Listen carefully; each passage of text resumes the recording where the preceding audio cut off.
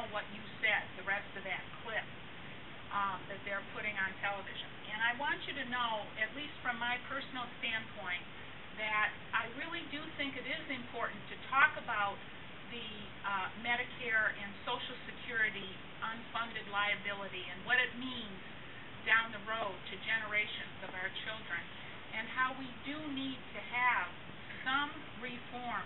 But we need to emphasize, the Republicans need to emphasize, that we're not going to take all the old folks like us off and throw us out.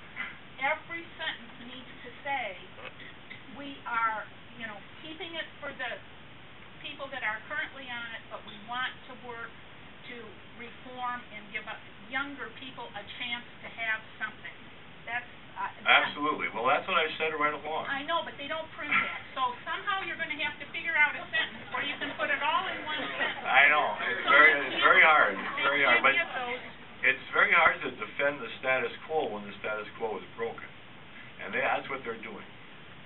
So, I mean, people aren't as stupid as they think they are, because everyone knows that there's a problem with Social Security and Medicare, and that they've been ignoring it for the last 30 to 40 years, and keep pushing it forward.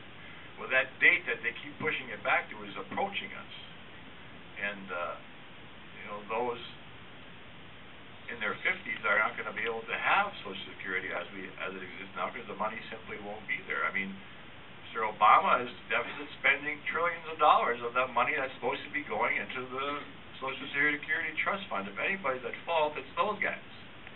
Not to say that previous administrations haven't addressed it either, but I think that those of us that are going to government as neophytes, we know that you can't spend money that you don't have. I can't spend money that I don't have. You can't spend money that you don't have.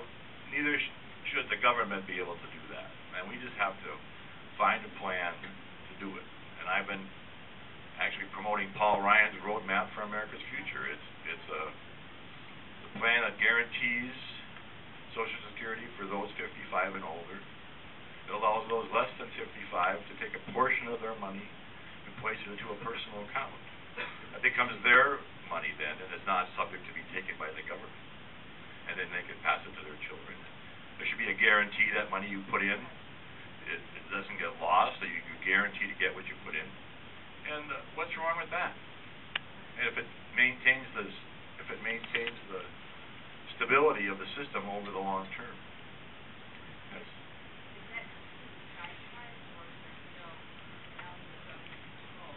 Well, the plan as it exists now says you can put up to a third of your money into a private account. We're not going to change this system overnight. I mean, this system has been in place for 75 years. So, I mean, in order to put a portion of your money that you can have control of, I think it's a step in the right direction.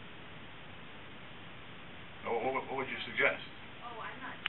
I support allowing those that have paid in and rely on it to continue to receive, and then those that want to opt out, whatever the cutoff date may be, that's not something I'm going to determine. But I want to be able to say to be responsible for my retirement. I don't want to have the government say, "We'll let you put this money in this fund, and we're going to watch over it. It's your money. It's private." They can do whatever they love to do. In 401ks and start, well, we're going to monitor that and make sure that everything is. Oh, that's we're going to put a stop to that. I don't want the government in my 401k. You don't want them in yours. No, but they can do it. And if they have any control at all over the Social Security. Well, they have total control over it now. What I'm trying to do is bring some control back to the individual.